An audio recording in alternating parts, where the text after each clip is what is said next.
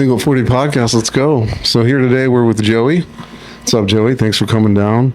So Joey's the newest member of Single at 40, and he came on his first trip with us just this past December, January.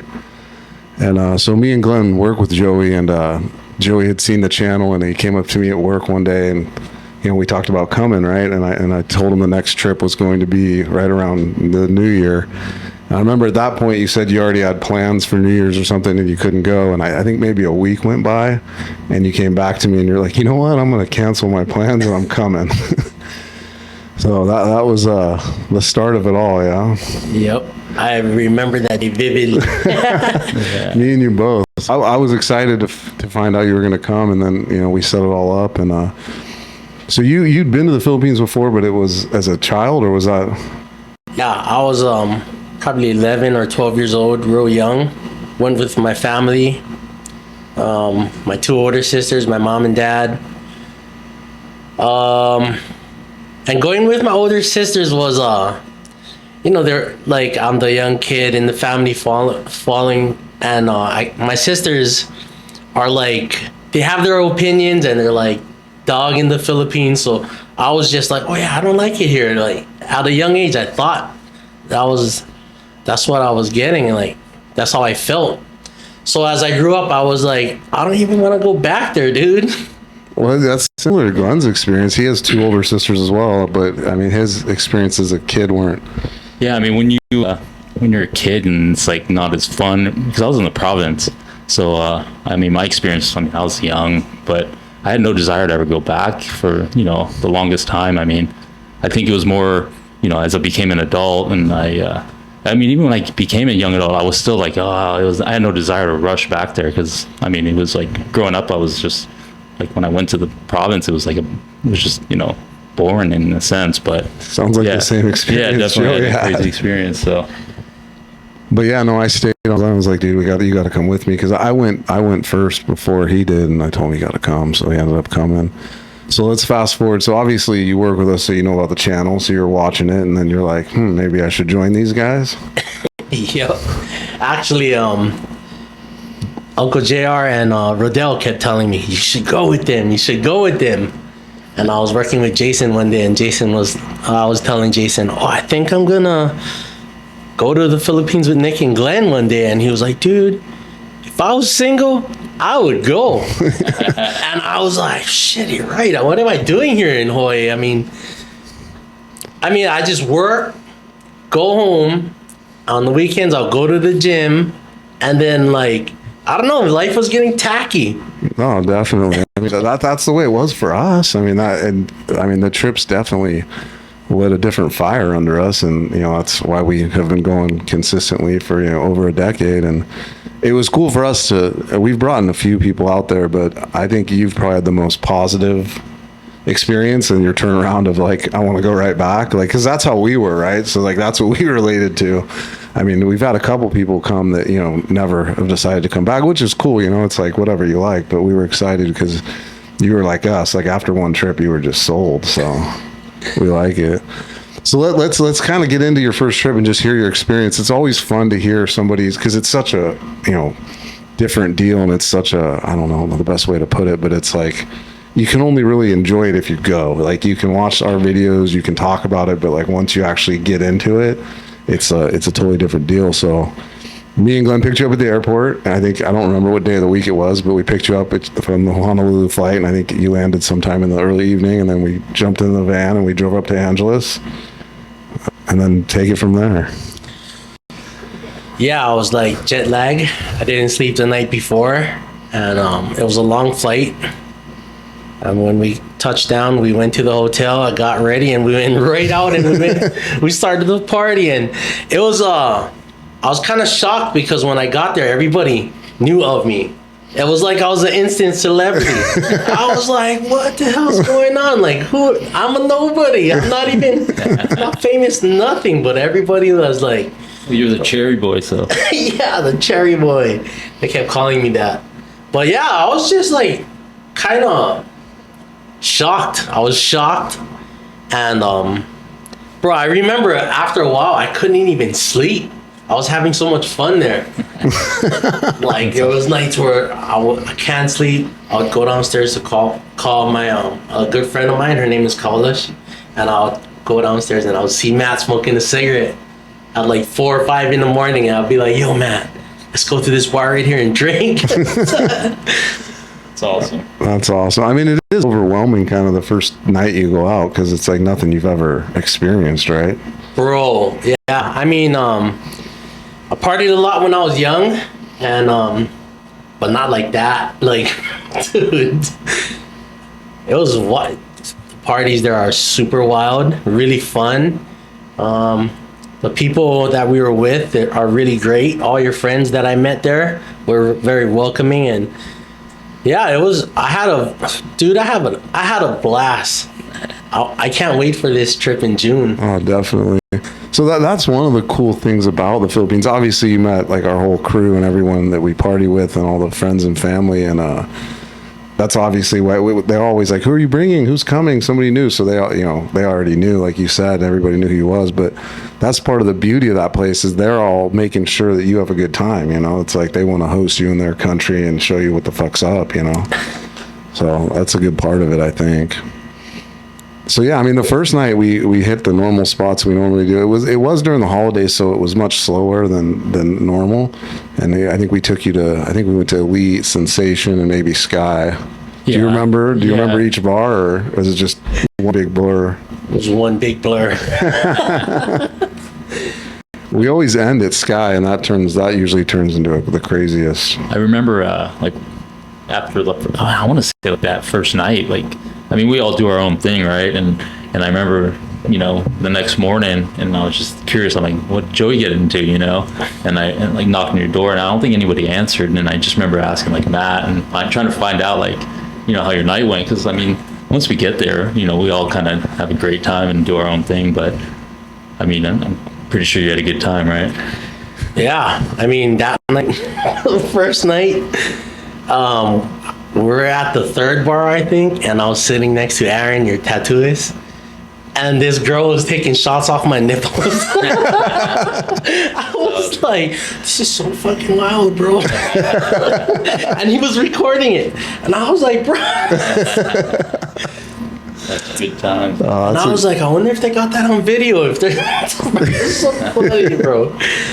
But I remember, there was about to have a fight. Oh, really? But I was already really plastered by that time. I was already drunk. There was about to have a fight, and I just walked away because I'm like, I'm not gonna get into some stuff like this in the Philippines. Somebody gonna stab me, bro. Oh, for sure. Like, bro, I'm Filipino. We stab people if anything. No, it's definitely not a place you want to fight, and I don't understand why people even want to there. But yeah, it was actually Aaron, the tattooist, and the funny part of the story, I was pretty coherent, like. So I'm the one that diffused that whole situation. So it was some random guy that Matt met in one of the bars and told the guy to come with us. So the guy, we have video of it, the guy's partying with us all night. At a certain point, I think when everybody was drunk and being stupid, he somehow disrespected Aaron, or Aaron thought he did. And so Aaron's a no bullshit kind of guy, so he was ready to throw hands. And then Matt, just being a drunk idiot, was trying to get in the middle of it, and he wasn't making any better. So I just grabbed Matt and Aaron, just like, guys, come on, like let's leave this dude alone. Like we don't need, this guy's a clown, leave him alone. So that ended. That's funny because I do remember that, and I totally forgot about it till you brought it up.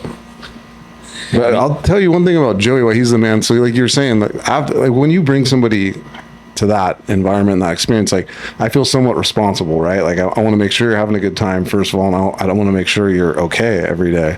So I think the next morning, me and Matt went down to Phillies to watch the Monday night football game, which was Tuesday morning there, and you came down and met us.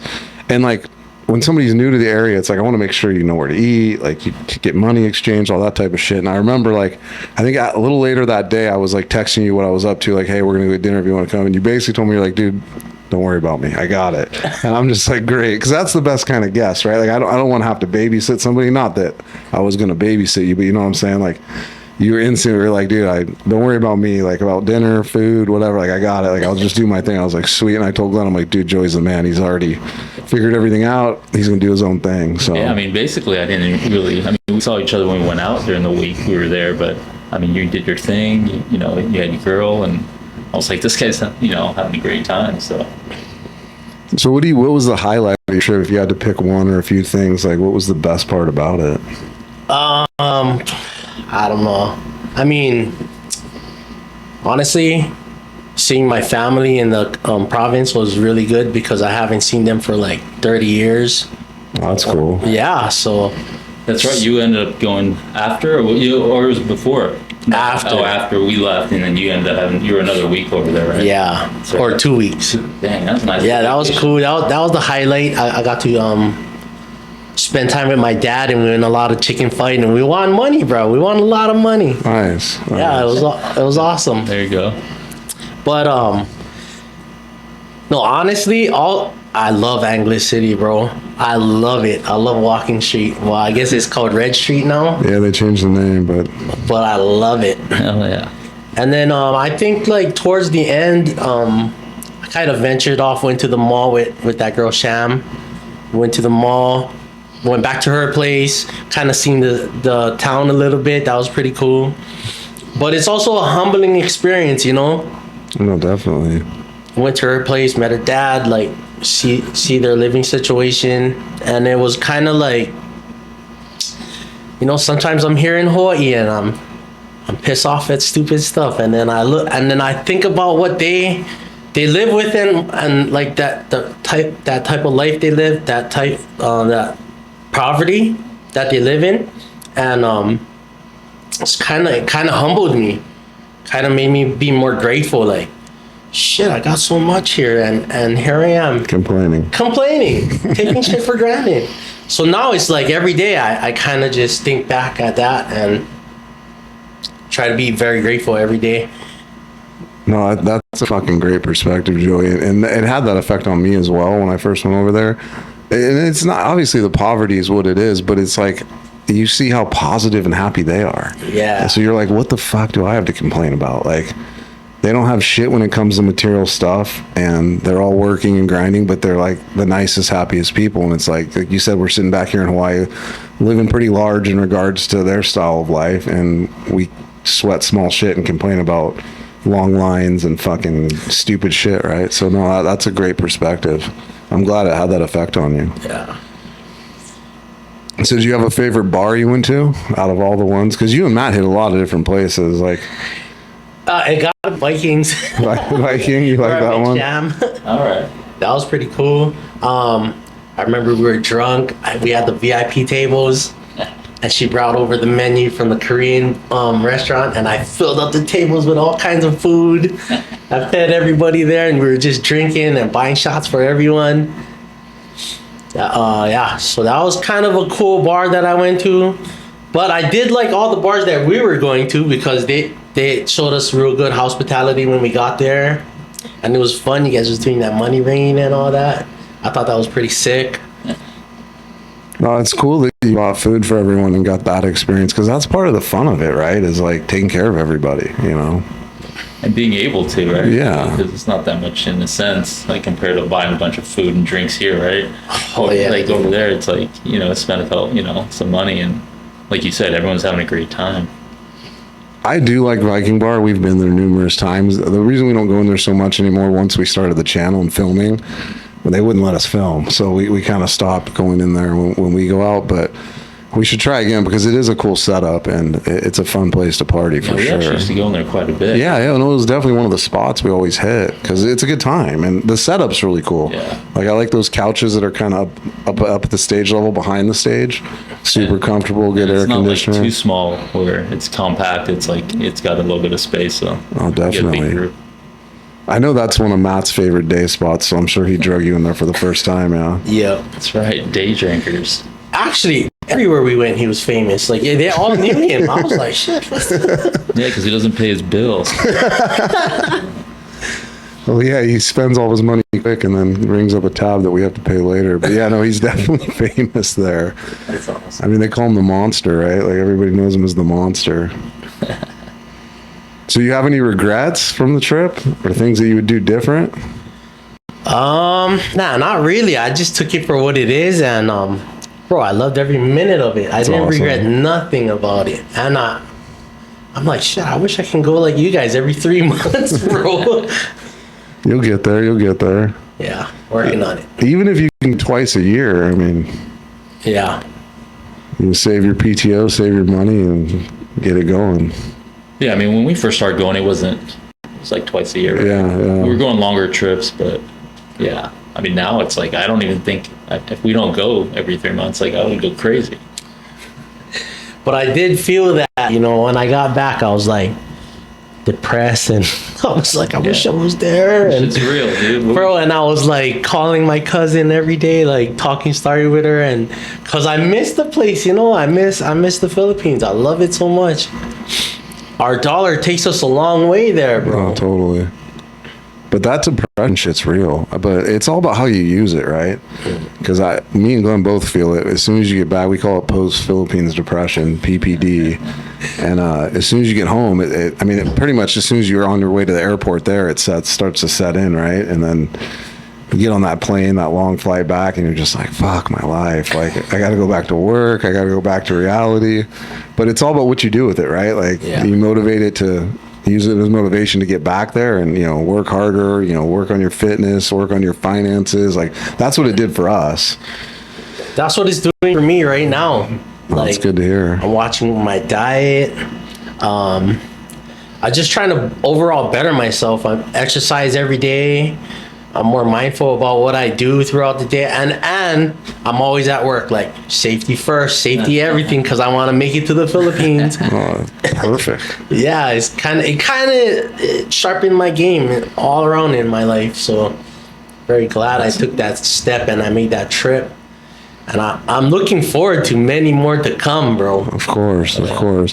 And I love that that's what it did to you, because honestly, that's what it did for us, and we talk about it all the time on the podcast, and that's essentially why we started the channel.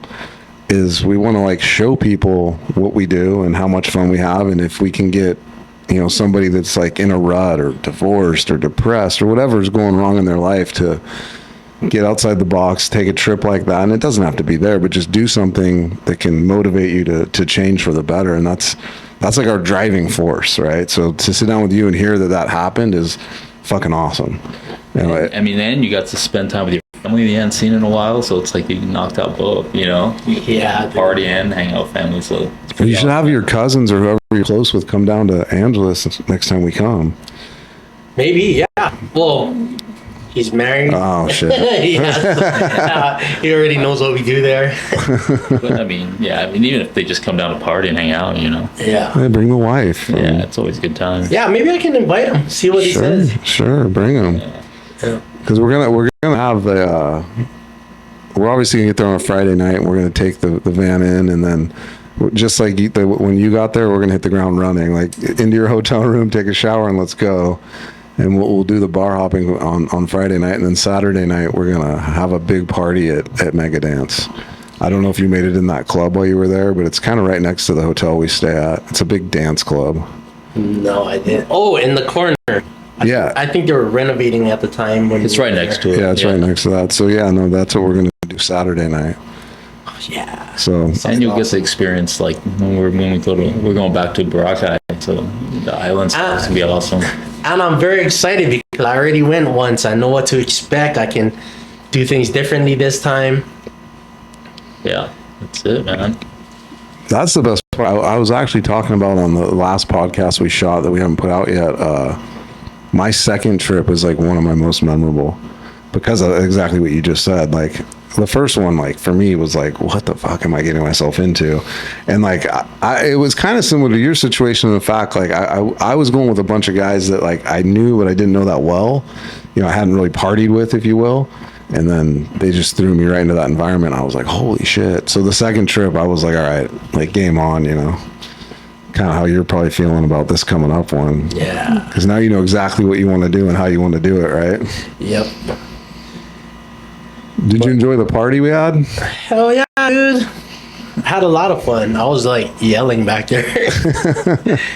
Especially when Sham won the twerking contest. I was like, yeah. There you go. Yeah, your date on the twerking contest. That's pretty cool. That was real fun.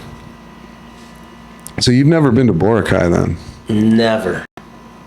So you're gonna love that experience. Yeah. Well, here I like diving, fishing, and so it sounds like we're going to a place where it's like paradise, nice, beautiful, relaxing.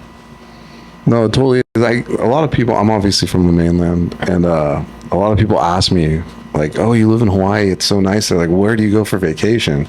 Obviously, my quick answer is the fucking Philippines, right? Yeah. And then I'll start showing them, you know, the videos of places like Boracay and Oneida that we've been, and they're like blown away at the beauty of that country. Because like me personally, like I didn't know shit about the Philippines. Like obviously, I've known Glenn for years, and he's Filipino, and I literally knew Manny Pacquiao because he was doing his thing, you know, years ago, and like that was pretty much my knowledge of the Philippines. And so when we went to Boracay, which was on my second trip, it was Glenn's first trip. That's when it really opened up for me. Like, this fucking country's amazing. So we were excited to take you there. I did see the videos and it looks super beautiful. And I'm like, whoa. And I showed my mom, and my mom's like, shit, I was born and raised in the Philippines. I've never been there. I was like, what? That's true. I mean, a lot of like family. I mean, that's basically why we started. I mean, I started making these things, right? But I mean, yeah, there's family members that have never been to those places we've been to. So, it's, you know, it's definitely, I mean, super beautiful, you know. So we got 25 people coming to Boracay with us. We're gonna rage. So yeah, so that, like a lot of the people you met, I don't know if you remember like the one vlogger that came to the party, Eric. He came down from the Philippines, or came down from Manila with his wife. Little short white guy, Filipino wife. He's coming. I'm sure you met him, and when you see him, you'll recognize him. And then another guy we met in Thailand is going to fly in from Thailand and go out with us. And then obviously the girl that won the raffle at the party, Genevieve, her and 3 of her friends that she invited, because we, you know, the raffle was for 2 people, but she talked us into 4. So she's bringing 3 friends, so they're going to be excited. So it's going to be a big ass group, so we're going to have a lot of fun. Nice. Yeah, I can't wait. We got a good group of people there that live there that we've known for a long time that, you know, are in the boat industry where they take people out, you know, on snorkel and boat tours. So we'll go out with those guys, and you'll love those guys. They're fucking awesome. And they'll show us around, and they'll make you feel at home, and they'll know who you are before you get there too. So no, that's great to hear, Joey. So you got any plans on this trip? Like, what's the number one goal? Like, what's the objective on this one? Instead of sticking to one girl, like get multiple. Meet some more people, make some more friends. Yeah. Nothing wrong with that. Yeah, it's your trip, and you know, you can do whatever you want in a sense. Yeah. But yeah, excited for that, and I did set up a day to take a time and spend with Aaron and do my tattoo. Nice. I'm kind of excited for that. And I'm always excited for the food there, bro. The authentic Filipino food there. Definitely. Dude. The food's amazing there. So what's the tattoo? You have it already planned out, or is he designing it for you? Well, I have a head of a dragon here, and he's going to finish it. Nice. Yeah. What about HI to PI? Yeah, it's here. No, I'm not going to cover it. I knew you had it. I just wanted you to pull it out on the podcast. Check it out, bro. Yeah, you joined the club. Official. Yeah, you got that thing pretty quick, right? Like when you were there. Yeah. Bro, we were drinking before I got there, and when he did it, I was like, I don't feel anything. He's got a soft hand, man. Bro, he's good. He's very good. I'm the one that tattooed him. I don't know if you've seen that video. No, I didn't. Yeah, so the HI to PI on his arm, he had me do it, which was the most nerve-wracking thing. I'm not an artist by any means. I've never tattooed anybody. And it was his idea. Like, he like asked me to do it. And I'm like, you got to be kidding me. He's like, no, you'll be fine. Kuya. And I'm like, bro, like, I'm blind. I'm not. Let me at least, like, draw you something to see if you really want to go through with this. And he was adamant about it, but him and his partner, Prince, walked me through it, and we filmed it, and it's pretty cool. It was a cool experience, but fuck, I was so nervous. Like, I didn't want to fuck it up. What day are you going to do that with him? Dude, I forget. We'll have to come film it, because I love watching Aaron work. All right. Aaron's man.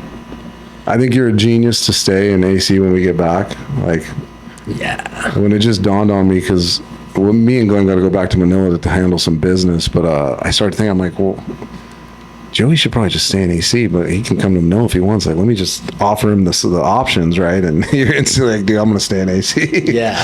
Which I don't blame you at all. It's a good decision. Matt's going to do it too. Like, he usually just goes wherever we go. And then I called him up after me and you talked, and I was like, hey, Matt, I was like, me and Glenn are going to head back to Manila, Friday morning. But I was like, Joey's going to stay in Angeles till we leave on Sunday.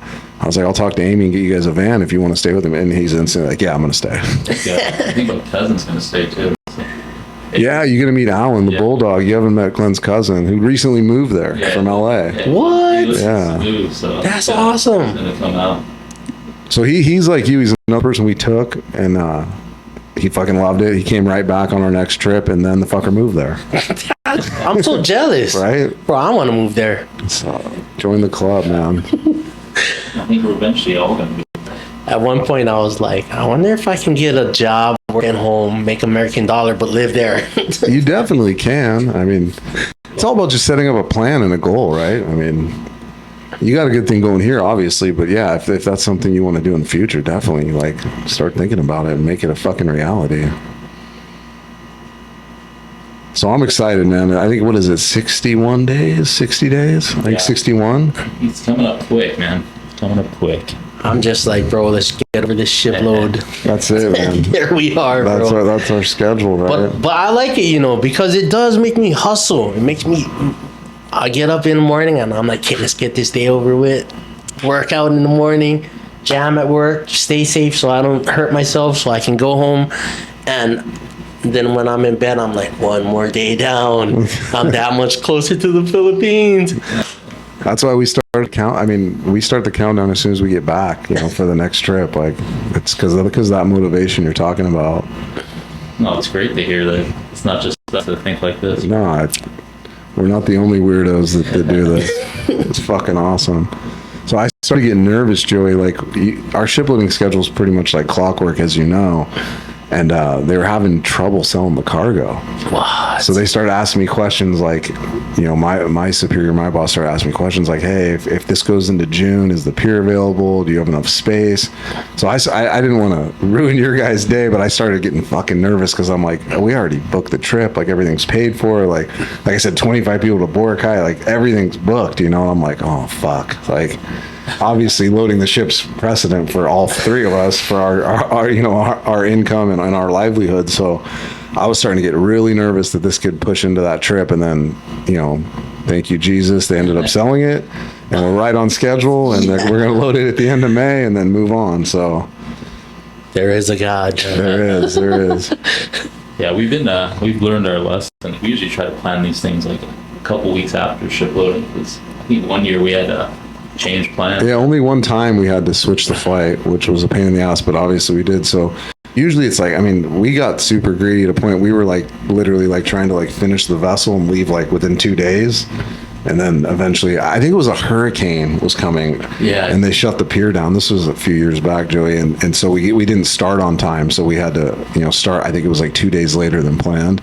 And then it ran into our fucking trip. But dude. Yeah. So this one, I thought we were safe because it's not till June 26th we leave Hawaii, and the ship was supposed to come in May 22nd. So I'm like, oh, there's no worries on this one. And then when that shit started to happen, I was like, oh fuck.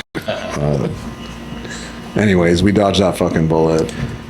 Oh, thank God. So anybody listening, well, let's address some of the bullshit we deal with. So on YouTube, you see a lot of guys talking about how Angeles City is dead and it's not fun anymore. This is somebody who's never been there and went during a slow period of time. What is your take on it's dead and it's not fun anymore? Hell, I had the time of my life. It was kind of like weird for me because there I am in Anglic City, like I'm a superstar and we're raging and we're partying. Then I went to the province and visit my family and it was like, just chill. And I couldn't sleep. And so John picks me up at the airport in Luag. We drive back to our province. We drink a rack of Red Horse. Yeah. And then my cousin picks me up, takes me to my dad's house, and we drink Empador and the gin. And I still can't sleep because I'm so hyped from Anglic City. I couldn't sleep. That's crazy. That's how much time, fun time I had there. Like, No, I mean, that's it. It's real. Like, unless you go there, you just never know. I mean, that's my take on it. You have to experience it, right? That's why we've started that Make Walking Street Gay Great Again campaign, because everyone's saying how dead it was. And obviously, so like back when there was a huge military base right there, that's way before our time. It must have been fucking just nuts, because you have, 50,000 servicemen living right next door, right? So it's like, I understand the guys that say it's not like that anymore, and it will never be like that again because there's no military base. But in all honesty, it's like, I wouldn't want to be there with 50,000 servicemen. Like, it'd be fucking, it'd be too crazy, right? But yeah, so that's a lot of the negativity we hear on this. So it's like, it's good to have somebody that's never been there. You don't have we've been going for a decade, and it's changed a bit. And obviously COVID changed it a bunch, and it's slowly coming back to where it was. But it's good to hear your first trip. You're like, and you were there during fucking New Year's when it is actually slow, and you had a great fucking time. So listen to that, all you dickheads. You still had a great time. Yeah, it's all about like who you're with, man. It doesn't matter, right? Exactly. You had a good time. You were with good people, so. And like you saw, that's what we do. We create the party, right? yeah. And that's the way to do it. I'm glad you enjoyed, man, and I'm glad you're coming with us. From the get-go, from that first day we landed, you already had an entourage of like 20 people. Oh, for sure. Yeah. And then as we went, it just got bigger and bigger and bigger. And they even had a fleet of security guards following us. I remember that. I was like, who are these guys? Yeah, no, we like to do it big, and it's slowly progressed over the years. But yeah, no, you got to come at the height. I think. I mean, I think it's gonna keep getting bigger. Like, somebody, that was commenting on our stuff asked about how big the entourage was, and he's like, it looks like 30, 40 people. And I've never really counted it, but I thought, I think he's probably spot on. And then I watched some of the videos and kind of counted, because I know who's with us and who's part of our group, and I'm like, dude, he's right on. So then I like replied back to him like, yeah, dude, we want to get it to 100 fucking people. So And we always like come across, people that are partying as well, and they cruise with us. So we always pick up people on the way.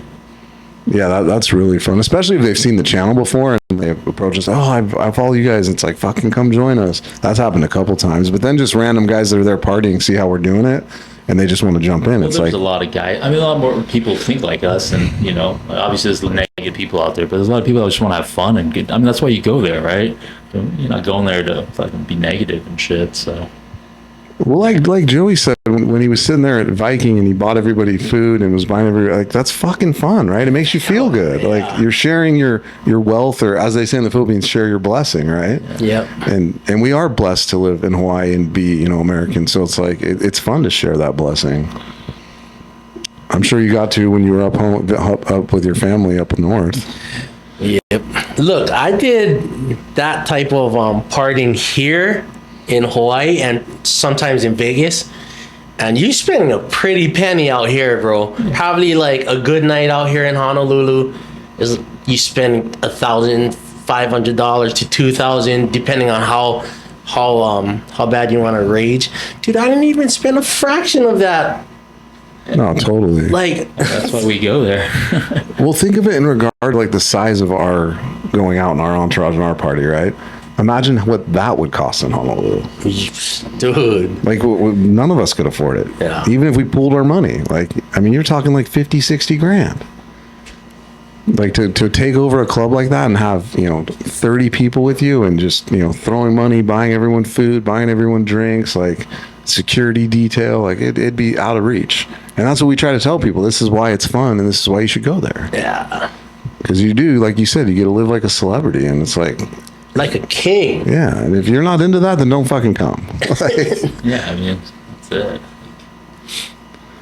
So the last thing we usually ask people that come on that have been or travel with us, like, what advice would you give somebody that's sitting at home watching this podcast or watches our channels that has not been and is thinking about going? Just keep an open mind and be ready to have the time of your life and rage. And yeah, man, just have fun. Just let loose. Like, I went there And I just was like, look, Joey, just keep an open mind. Whatever happens, happens. And have the best, just make this vacation count. Have a good time. And I'm glad I did that, because, you know, it shows me that there's way more to life than just work and hustle hard here. And bruh, that's where my life was before I came on this trip. I was working with you guys for 3 years, and it was just like work, home. And to come on this trip and have fun like that, oh man, really opened up my eyes. Like, there's more out there. No, it's great to hear, because that's what we're always talking about on the podcast, is there's more to life. That step out of your comfort zone. That's what I was thinking when I was flying to Manila. I was like, this is stepping out of my comfort zone. Yeah. Comfort zone big time. Like, Yeah, people don't leave a lot, you know. A lot of people leave their little, you know, their circle or wherever they're at, you know. I mean, fly to the Philippines, like, that's a big deal to some people, you know. People never make it because that's too far, you know. I'll just stick around here, and it's just one of those things, like, I mean, for the longest time, I never had any desire to go back, or, you know, because it is, like, you think, it's far, I don't think I have enough money or whatever, and then you go, and it's like, you get back, and your mind changes, right? And you're just like, what do I need to do to go back? And it's great to hear that. You know what you just said, that's like probably the best thing that's ever been said on our podcast, and make this vacation count. I fucking love that. Yeah, that's great. Like, make it count. It's like the whole YOLO thing. You only live once, but it's like, you had that mindset, like, I'm going to make this vacation count, is fucking awesome. It's great, yeah. And that's good. I'm glad I asked you that question, because if people are watching this and you are on that grind and that rut in life, where that's, you know, you're in your 40s, you know, maybe you're not married, you fucking single, you're divorced, and you're looking for something different, go to the Philippines and make the fucking vacation count. make it count. Put that shit on a t-shirt, dude. Fucking man. No, I'm gonna start saying that all the time. Like, I'm gonna steal that from Joey. Like, make it count. Like, we should even put it on the fucking page, like the channel. Like, No, that's awesome, Joey. single at 40, make it count, baby. Because a lot of people don't. They don't make it count, Joey. Look, you guys, honestly, you guys met me at a awkward time in my life. Like probably like the last 5-6 years, I was trying to get back on my feet. I was battling with addiction, and I finally